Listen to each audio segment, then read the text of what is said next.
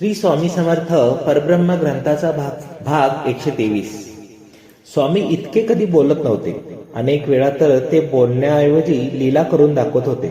आपल्या भक्तजनांना ते सांभाळून घेत होते आणि समाज प्रबोधन तर ते निश्चितच करत होते।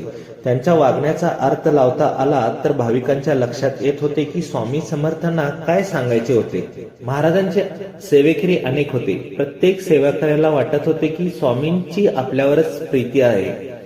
एकदा एका सेवेकऱ्याने सुंदराबाईंच्या मार्फत महाराजांना जेवण दिले होते, तर दुसऱ्या सेवेकऱ्यांचे जेवणाचे ताट महाराजापर्यंत पोहोचवलेच नव्हते। यावरून दोघात वाद सुरू झाला होता।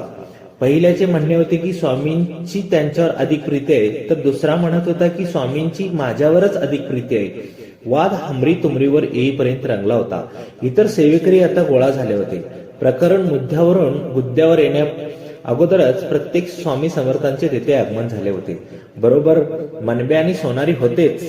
स्वामी येताच वाद थांबला होता। स्वामींनी दोघाही भक्तांना जवळ बोलावले होते आणि दोघांचे लक्ष त्यांनी जमिनीकडे वेधले होते।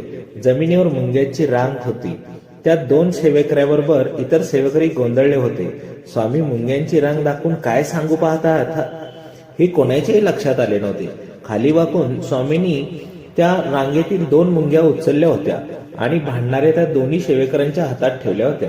तरी सेवेकरी गोंधळलेच होते। स्वामींनी आपल्या हातात मुंग्या का ठेवल्या हे त्यांच्या लक्षात आले नव्हते। तेव्हा सोनारीने झांजा वाजवल्या होत्या आणि मनम्याने डोल वाजवायला सुरुवात केली होती। क्षणात तेथे गजर सुरू झाला।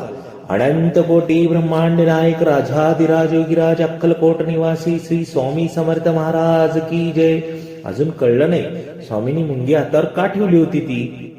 सोनारीने प्रश्न केला होता आणि लगेच उत्तरही दिले होते। स्वामींनी मुंग्यांच्या रांगेकडे बोट दाखवून तुम्हाला सांगितले की मुंग्याप्रमाणे सदैव काम करीत राहा, भांडत राहू नका। मुंगी हातात देऊन स्वामींनी सांगायचे आहे की माणसाने मुंगी होऊन साखर खावी, विनम्र व्हावे, उद्धट होऊ नये, प्रेमळ व्हा, उर्मट होऊ नका, मैत्री करा, दुश्मनी करू नका। ते दोन्ही सेवेकरी ओसाळले होते।